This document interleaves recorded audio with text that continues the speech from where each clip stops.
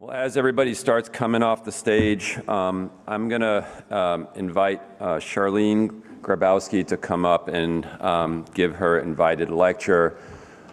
Charlene comes from a little bit of a different background than what we've usually listened to at this meeting. A little bit sort of in line with what I spoke about yesterday. Leadership is at the core of what Charlene has worked on, and she's going to make a little bit of her own introduction is what she wanted to do. So she comes from GE, where she was the vice president there, and currently works in leadership circles, particularly at Stanford and MGH, working also with women's groups. But I'll let her explain a little bit more of that because she would like to do that herself. And I'm super honored to have Charlene here, and I think her talk is going to be super informative. So thank you so much for being here. Thank you very much. Gene, how much time do I have? Take the time. Okay. All right, I'm going to stand between you and lunch, so I'll make sure that this is worthwhile. So maybe there's some candy or something you can turn around and for yourselves. So I asked Jean to allow me to introduce myself because I would like to teach you a framework. But before I do that, I want to say thank you. Thank you for this opportunity to be here with you, but also thank you for your specialization. I have a friend, a very good friend, who in 2001 had a spontaneous thoracic aortic aneurysm. That ruptured, dissection, and thanks to the University of Maryland, she's alive today, still deals with that, had some complications, and she's aphasic, but that just makes for fun conversations. So thank you all for what you do. I wanted to share an introduction framework. So this is something that you can use. I'll tell you who I am, but I'm also a teacher. And as leaders, and especially what you do, you're teachers. So the framework for your introduction starts with one line on who you are, 3 credentials, so that why would you want to listen to me? And then the third is, why am I here for you, not for me? So I'm Charlene Grabowski. I'm a retired executive from GE. And I'm a partner at Pathfinder Strategies doing executive leadership coaching. First credential. I spent 33 years at GE Healthcare in a variety of capacities in leadership.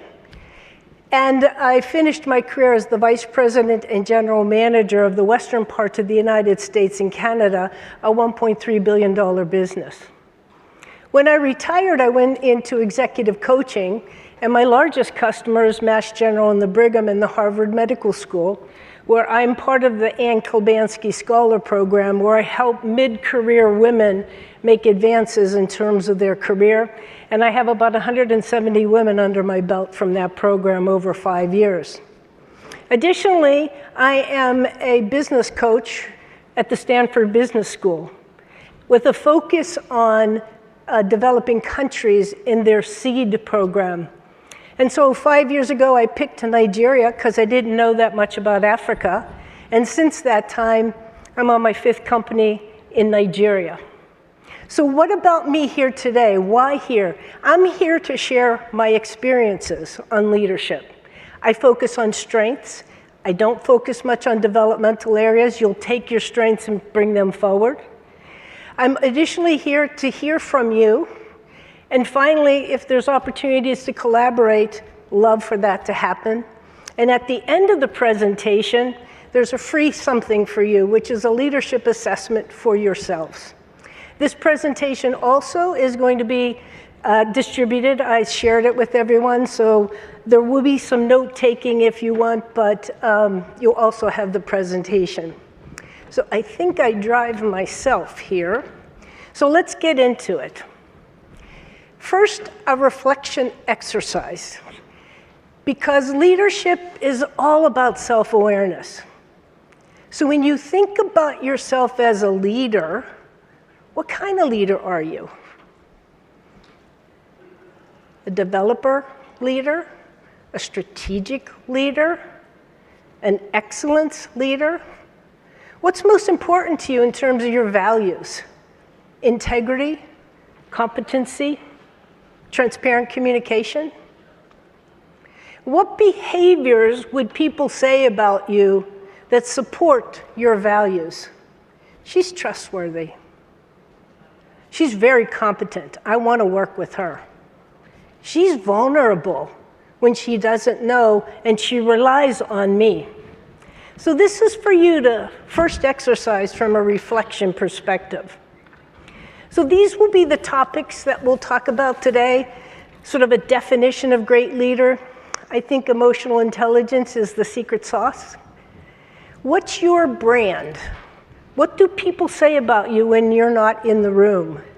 And what is the 8-step leadership process? If you came for something else, stent replacements or something like that, you can go ahead and leave at this point in time. Oh, by the way, I have a stent in my proximal LAD as a result of a widowmaker, so there you have it. All right, let's go and take a look at, you have been leaders lots of times, and you're leaders every day in the OR. But think about where that came from. Back in the day with your family, school projects, residency, new job. So my leadership experience came way back. I'm 7th of 10 children. I was forced into a team and leadership responsibilities. In 1st grade, my dad had a heart attack that really left him somewhat disabled. So he didn't go back to work. And so we all had to pitch in, and I took over the responsibility for the smaller ones, and I became the leader of the second half. None of that makes sense because I'm number 7, but I decided I was going to be that. They suggested I was rather bossy at the time. Third thing, my mom went out and worked. She's my role model. She had 10 babies. Ay, ay, ay, number 1. But she was manager of a restaurant, and she managed her home, and she taught delegation, and she taught playing to our strengths. She was the most amazing leader I've ever known in my life. But what is it?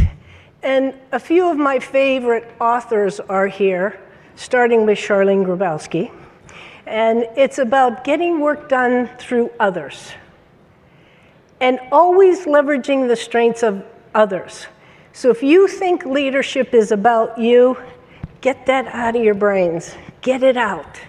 It's about bringing other people along and up. It's not your job to do the work for others. It's your job to get what's possible in them and bring it forward.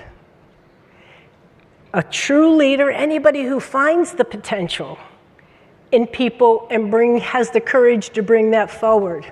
And you know this, you see it in residents and fellows. That one's different from this one. And it's important for you to figure out what makes that person different. Self-starter, compassion, great communicator, etc. You as a leader also have a responsibility to pull out what's great about that person. And for this person, you need to help them see what they are and also what they are not.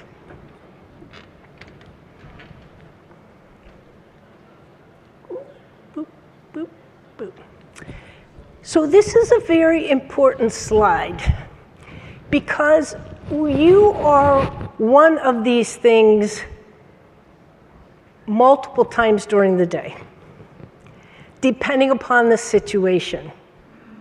But I want you to look all the way over to the right, this to the left, because this is what your responsibilities are.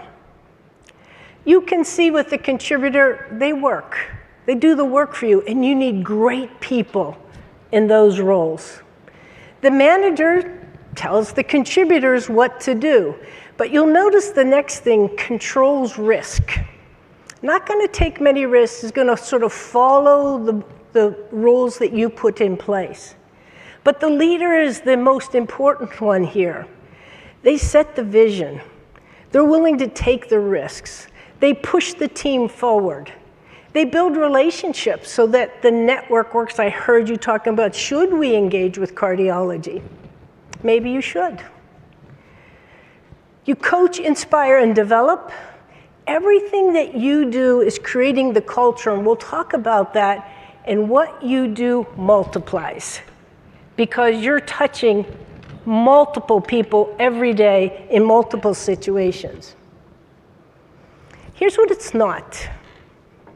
Our brains like contrast. They like what it is and what it isn't. It's not about ego. It's not like you're the smartest girl in the room. It doesn't matter anymore. Nobody knows what your GPA was. What they care about is, do you know what you're doing? Do you treat people fairly?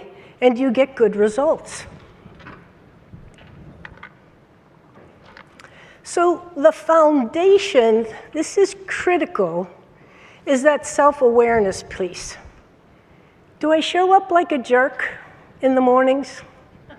Do I show up as a person who wants to teach and lead? Do I show up with huge compassion for that 29-year-old that's on my table that's at risk?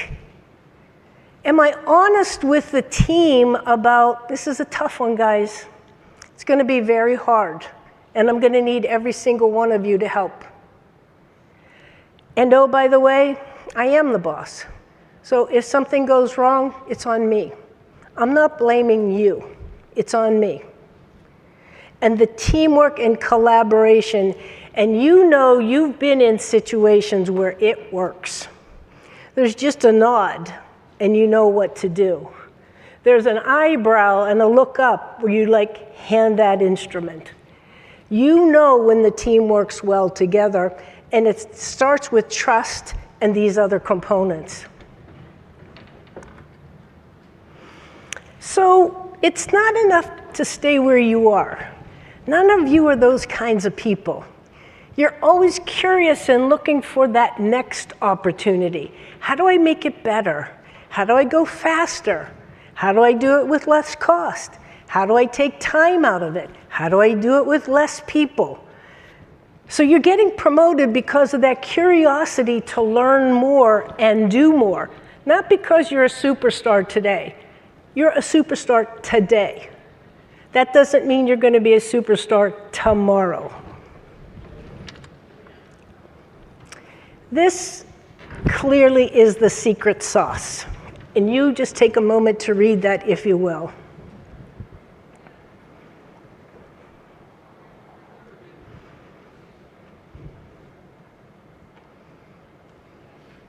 So yes, you need to be technically competent at what you do. You should desire to be best of best at what you do. But then there's a huge component, which is the self-awareness component, which are these 5 things, according to Daniel Goleman, and this is his work. So that self-awareness component, you set the tone in the OR. You come in Dr. Grumpy, it's a Dr. Grumpy environment. You come in with a positive attitude, we're going to do this, guys. So you need to understand that your emotions significantly impact others. The self-regulation. We all know when the house is on fire. What we need at that time is not gasoline. The house is on fire, the house is on fire, the house is on fire. I know it. Does anybody have any water? So in the situation, in the OR, there's a situation. Does anybody have an idea? Somebody, for God's sakes, put their hand on the artery, right? Do something in a calm way till we can pull ourselves together. And motivation. Clearly, we all want to get paid our value. But you all are kind of superstars. You're that next level of, I want to do it better. I want to do the hard thing. My specialization is really specialized. So you do it for the money, but there's something else driving you in terms of motivation. And then empathy. Really understanding you're dealing with people. And every day they show up with something. Something happened at the breakfast table. Something happened at the school bus stop. Something happened on the car way in. You don't own it. But you see a behavior that's different than what you saw last week, or you consistently see a change. Your opportunity is to say, what's different? I see a change in your behavior, what's going on? But you don't own it. You say, what can you do about it? And then the social skill, which was what was happening here, a network of experts. And when you get into trouble, you now have experts you can call. And when your people get into trouble, you call and say, I know Dr. Gene, and he can help you. I know I've seen him do those procedures before. He's a friend of mine. Pick up the phone, call Gene, tell him Dr. Charlene said to call. He'll answer your call. So that network that you build is important for you, but it's also important for others that you're bringing up. So this is an important one. What's your brand? We all have one. But the brand is what others saying when you're not in the room. She's such a jerk. I don't want to work with her. He's so arrogant. He's a bad communicator. He's incompetent. At the same time, who calls you for your expertise and why? What is the area of specialization that makes you special? You only actually need one thing. You don't need 10 things. Who wants to work by your side? Who in the audience has the opportunity to not worry about the people who are going to come and work in their OR because they want to? Who wants to work with you and publish papers and why? Do you share? Are you fighting for authorship? This stuff happens, you know it, in real time. So that's your brand. What do others think of you? So when I show you this, what do these brands mean to you? Think about them. What do they mean to you?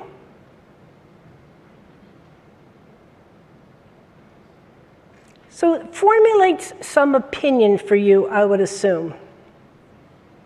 When I see these brands, I think of this: trusted, stable, admired, responsible, successful.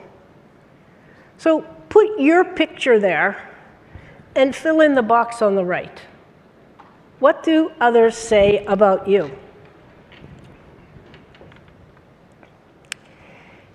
And we talk about, well, do I have to be an excellent doctor, or how does this work? Well, it starts with you as the PA, the nurse, the doc.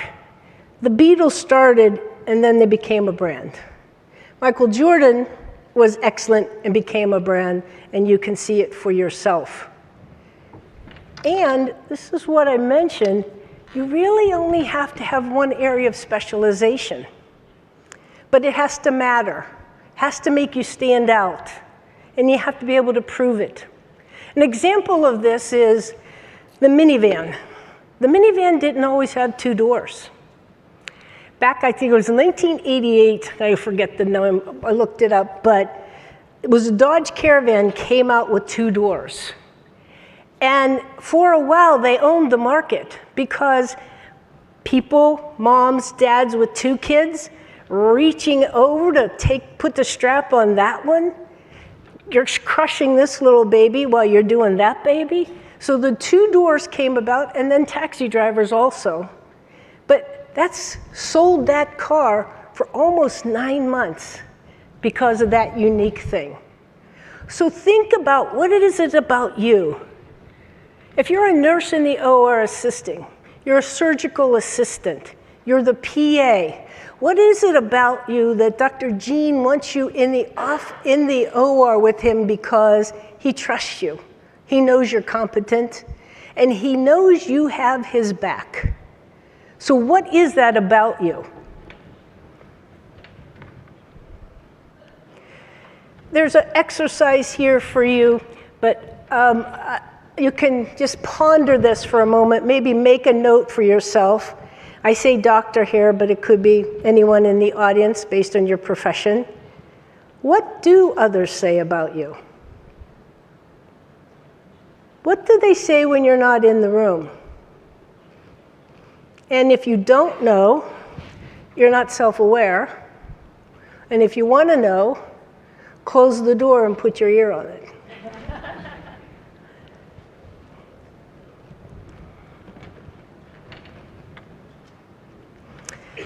So now we're going to jump into the leadership stuff. And rarely does it happen that somebody says, okay, I'm going to make you a leader now. I'm going to make you a leader now. There are situations that force you into leadership because of need. And I think you don't change unless there is pleasure or pain. Those are mainly the two things that we do, why we change. So from a leadership perspective, if you want to do it, don't wait for the memo because it's not coming. So when you think about it, we all know what good leadership is because we've seen it. We've felt it. So it's like, what's a great leader? You know that person helped you, mentored you, competent, established, published. So I believe these are some of the things that separates good from great. They saw potential in you. They set a vision for where we're going. Took responsibility, no blaming.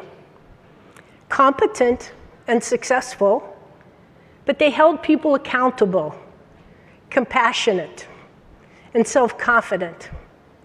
There's nothing in here about surgery except the competency piece. It's all about the other stuff.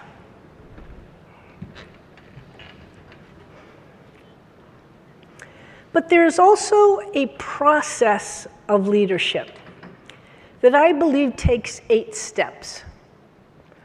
It starts with purpose. Why do we care about this work? Why do we want to do it? In all of you, more seasoned people, you may forget why you do this, why you went into medicine, why this specialization. But you're saving lives all the time. Setting a vision. You get into the OR, you talk about, here's my vision. We're going to have a successful surgery. We're going to get that whatever. We're going to put in that graft. And the mission is, here's what we're going to do to get that done. And the values, here's how we're going to behave. With respect, good communication, no blaming. In a tough situation, we all stay calm. Somebody offers a suggestion. So it's a collaborative environment. What are the goals? What are the milestones that we need to accomplish? Whether you're running a business or doing a surgical procedure, these are the same things. Same things. The goals are what we're going to do. The strategy is how we're going to get there. And coming from GE, if you don't measure it, it doesn't matter. But at the same time, you have to make sure you're measuring the right things, because you can measure a lot of stuff. And rewards, taking time to say thank you. Taking time to debrief with the team and say, that was a tough case, we really did an amazing job. I appreciate each and every one of you for your competence and your collaboration. Using those words make a difference. So we're going to go through each of these rather briefly, but what is it and how do you do it? Well, purpose is the heart. That's how you get at the heart of people. This is important work that we do, saving lives. Is it meaningful enough for me wanting to do it? What's in it for me? You do it through authenticity, transparent communication, trust, and meaningful work. This is what you do every day, saving lives. Setting a vision is, where do we want to go? What does success look like? In my business, I want to have X% profitability. I want to have 1 million customers. A vision in social media, I want to have 1 million followers, if that's what you want to do. It requires strategic thinking, knowledgeable person, and aspirational beliefs.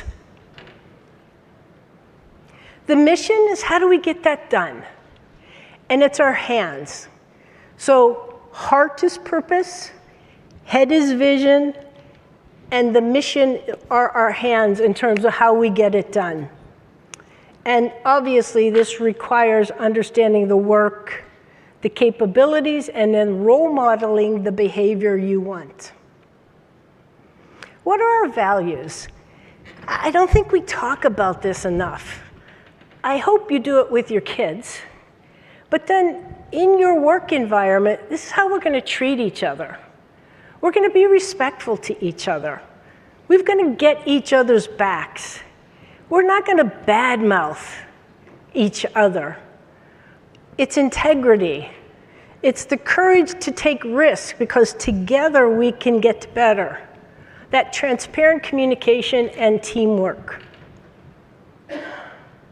What are our goals? This is one of the easier things, right? What's that future or desired result? I want to run a marathon in 90 days. It's my goal. So what do I have to do? This is our SMART goals. You might recognize that: specific, measurable, achievable, relevant, and time-bound.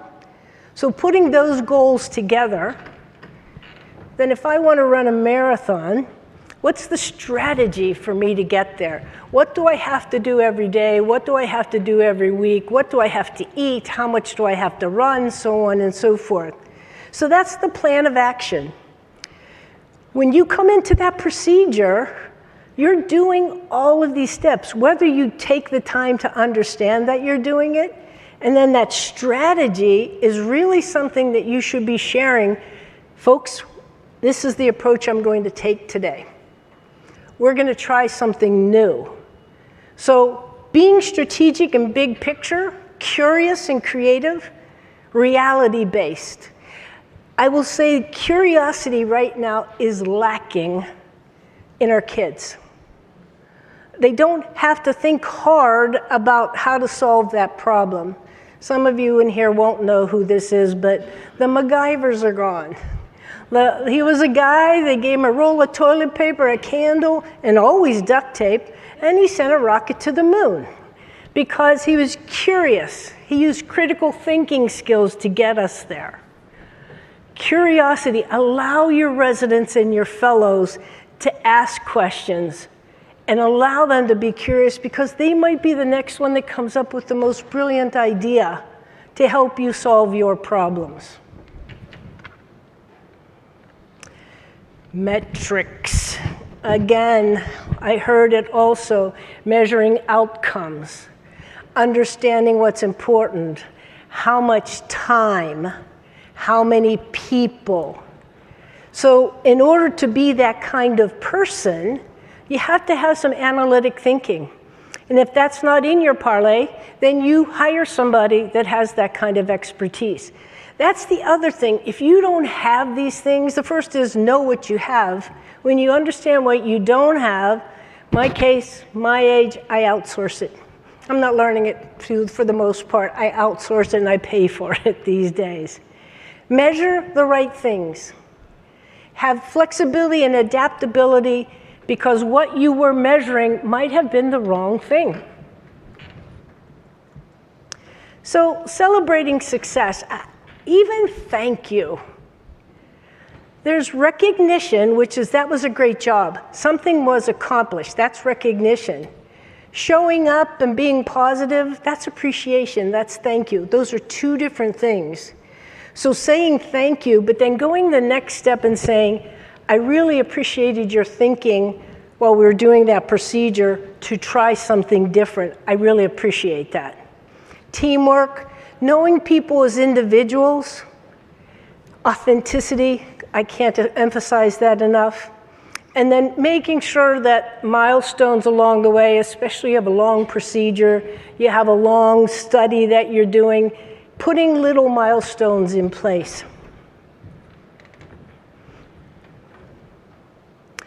So, kind of in summary, what makes a great leader? Setting a clear vision for success.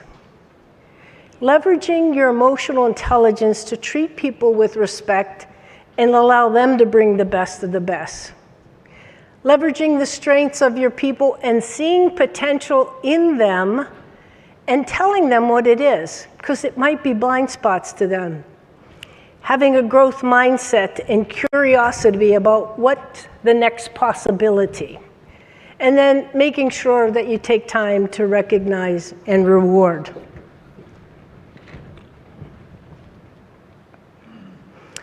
I want to again thank you for this opportunity. I have a little slide in here for you to think about, and I'm going to ask you to just take a minute to do this. Like, what are some takeaways from today? Even if it's just one. What's something you're going to try differently? Somebody you're having difficulty with at work? Or somebody you appreciate very much? And you're going to go home and tell them. This works for the family also that's supporting you. But what are you taking away? And what are one or two things that you're going to try? I always include reference material. Jean and I realized today we read the same stuff.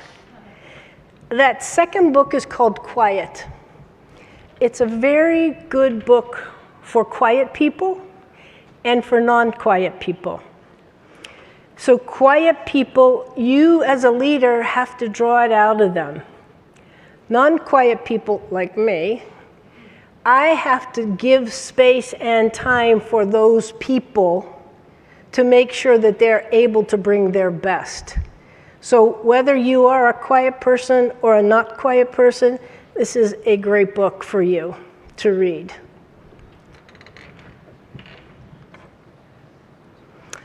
Here's a gift for you. There's a leadership assessment. This QR code works. Again, you can wait for the deck, but you can take a leadership assessment for yourself for free and just see what you learn about yourself.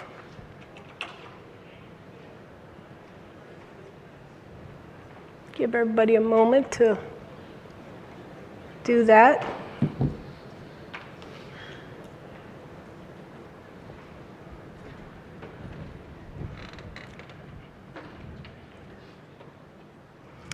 And let's chat. I wore the same beads. How cool. Okay, that's it.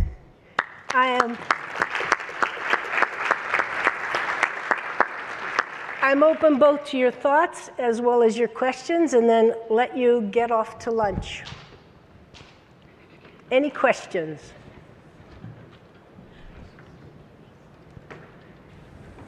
Well, Charlene, that was great, a real expansion on the little bit I spoke about in leadership yesterday. I really appreciate your words and insight, and thanks very much for being here. Thank you. Thank you. We have, There's a question. oh, sorry. No, Mal, I don't want to offend you. So we had a chair of surgery came in a couple years ago and put us all into these leadership sessions. We did it as a group, and I found it remarkably unhelpful. Just being honest, like it wasn't with you, for clarity, it wasn't her. It was some other group, and it just did not resonate with me in any way, shape, or form. And I came away thinking that some of it seemed pretty obvious to me, so hopefully I have a high emotional intelligence, and this, what we were getting at it were things that, yeah, of course you don't yell at people every day and things like that. But it also struck me that our department is so big and vast that maybe having a single vision might be impossible.